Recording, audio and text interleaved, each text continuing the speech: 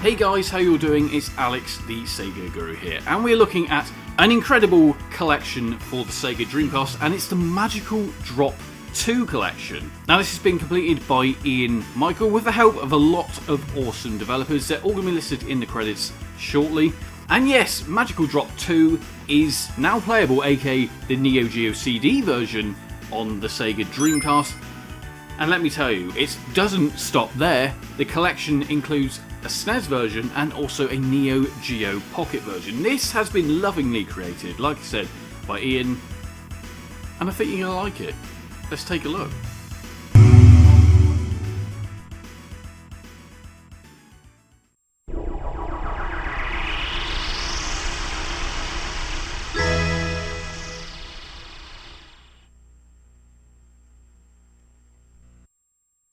Oh yes, so this is it. We've got Magical Drop Pocket for the Neogeo Pocket, now working on the Sega Dreamcast, Magical Drop for the Super Nintendo, and then we've also got the Neogeo version of, or I should say, the Neogeo CD version of Magical Drop 2.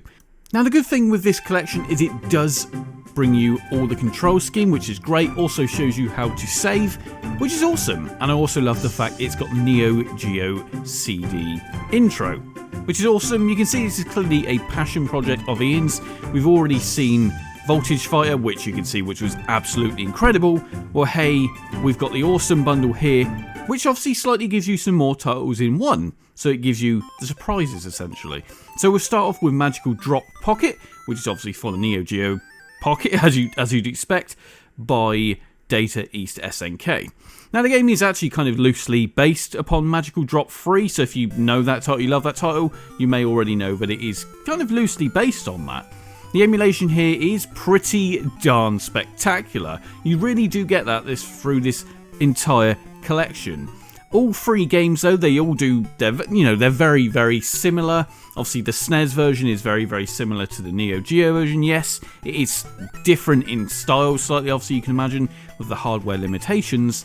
But I actually really think they all do have their own kind of unique little on-running themes as well, if that makes sense. But yes, Magical Drop Pocket is a very, very addictive game. To be fair, all of them are very, very addictive games. Yes, the emulation really does hit it here. Control scheme works absolutely well. There is slightly different controls, obviously, for the Magical Pocket version. Magical Drop Pocket, I should say. Yes, including the fact that, I mean, to be fair, it's a puzzle game with all of these, so the controls are very, very similar. There's not a huge control scheme, but they are just slightly different on each one.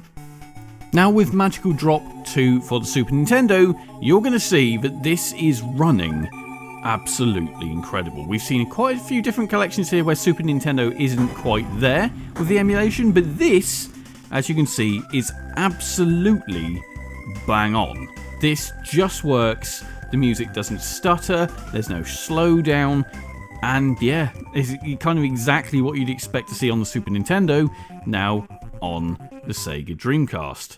Like I said, this version is very, very similar to the other versions. It's the same premise. Pick up the different coloured blocks, or bubbles as you call them, or even spheres. Yeah, there we go, that's a bit better. And then drop them on top of the same colour. And then obviously, the more you can get down at the same time, the higher the prize. And obviously, the more you do this, also inflicts pain on the other person, which is quite great, right? But yes, there's obviously a different story mode, there's a head-to-head, it's all here. Should we take a look at the actual Neogeo CD version? Let's do that. Now to note, to get the actual Neo Geo game working, you do have to make sure you do put a save on a VMU. So you do have to firstly have a VMU.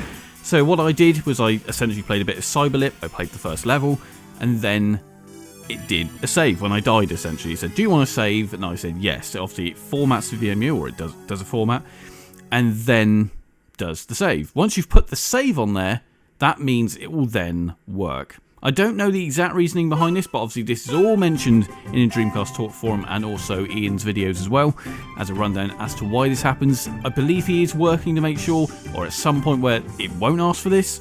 Either way, for now, this is the way to do it, and it works absolutely fine once you've done this. Now this is it. So this is Magical Drop 2.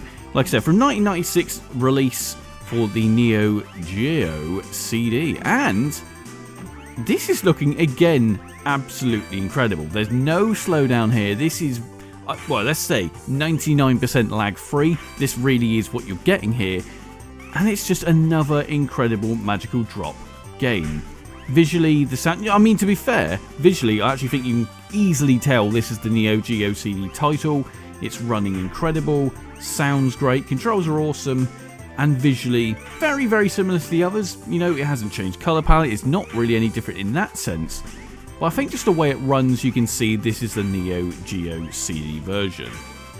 As always though, do let me know what you guys think. What games would you like to see from the Neogeo CD ported onto the Sega Dreamcast? I know there's a couple out there, including maybe we'll get to see a more polished version of Metal Slug. What do you guys think? Would you like to see that? Drop a comment, like, and subscribe. It's Alex signing out.